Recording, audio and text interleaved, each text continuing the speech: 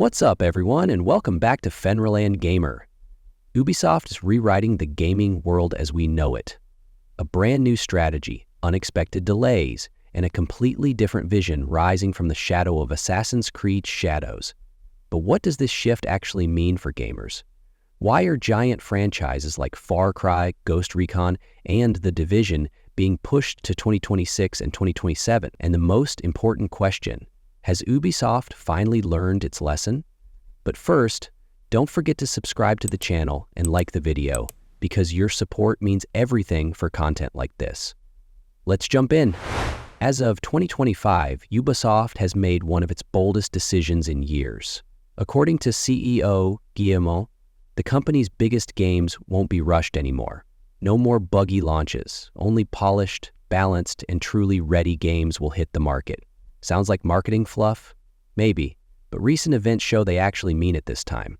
At the center of this shift is Assassin's Creed Shadows. The game was delayed twice before its release in March 2025, but for good reason. When it finally launched, it immediately climbed to the top of sales charts, earned positive reviews, and helped Ubisoft regain some much-needed credibility. Now, riding that success, the company is going all in on this new approach. According to reports from Eurogamer, Ubisoft's future roadmap has been massively reshaped. At least 4 major franchises, Assassin's Creed, Far Cry, Rainbow Six, The Division, and Ghost Recon, have upcoming games that are now delayed, which means we might not see new mainline titles in these series for at least 2 years. But this isn't a crisis, it's a calculated reset. Naturally, this move has sparked mixed reactions among players. Some are disappointed, especially fans who've been waiting years for a new Far Cry. But many still remember messy launches like Breakpoint and Unity, which remain infamous. This time, Ubisoft is choosing patience over pressure. And maybe, just maybe, that's a win. While there's no full list of delayed titles yet, industry chatter points to Assassin's Creed codename Hexe, Far Cry 7, The Division 3, and a new Ghost Recon project as the big ones affected. Hexe, with its supernatural themes and dark setting, had fans hyped, but it seems Ubisoft doesn't want another half-baked release on their hands. Delaying this many AAA franchises at once is risky. The competition is fiercer than ever. Xbox Game Studios, PlayStation, EA, and even indies are all delivering high-quality titles. So Ubisoft has to make these 2 years count. Because if they don't, gamers might not come back. It seems like Ubisoft is learning from past mistakes.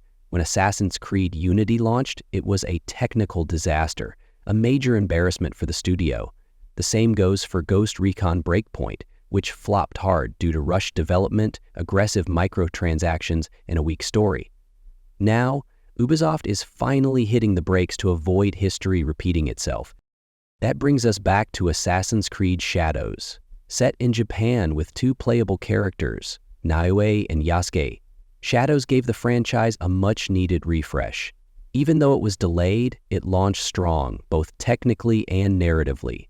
And Ubisoft doesn't just owe this to Shadows as a game, but also to the patience and effort they put into making it right, which is why they're not afraid to delay other projects now. They've realized that gamers will always prefer a late, polished release over a rushed, broken one.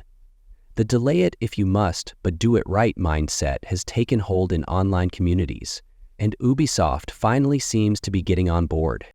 That said, there are still a few titles expected before the end of 2025.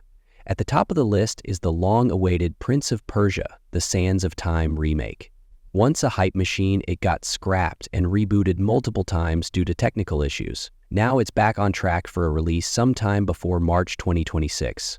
On the mobile side, Rainbow Six Mobile and The Division Resurgence are still in play, and titles like Honor 117, Pax Romana will help fill the gap with a more strategic twist. It looks like Ubisoft wants to use this transition period to deliver smaller but higher quality experience. Player reactions during this time have been mixed. Some are all for patience and quality, while others believe Ubisoft is now afraid to take creative risks. The constant repetition of themes, revenge, secret cults, hit lists, has started to wear thin for a lot of people. Future games need to feel fresh, not just technically, but narratively too. That's why games like Assassin's Creed Hexe are such a big test. Set in medieval Europe with witches and supernatural powers, it could mark a major turning point for the series. But leaked info suggests the same old revenge plot might be back. If Ubisoft doesn't find a new way to tell this story, they could lose the audience's interest fast. The same goes for Far Cry. The franchise has been slammed for repeating itself with huge maps and over-the-top villains. Far Cry 7 has to break that mold. Ubisoft needs to use this delay to rethink design from the ground up and finally innovate.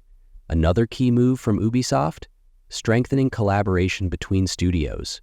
In the past, Montreal, Toronto, and Quebec often worked separately, but games like Shadows show that when these teams work together, the results can be much stronger. Rumors say this cross-studio synergy will continue in upcoming titles. In the end, these delays to 2026 and 2027 aren't just about rescheduling games.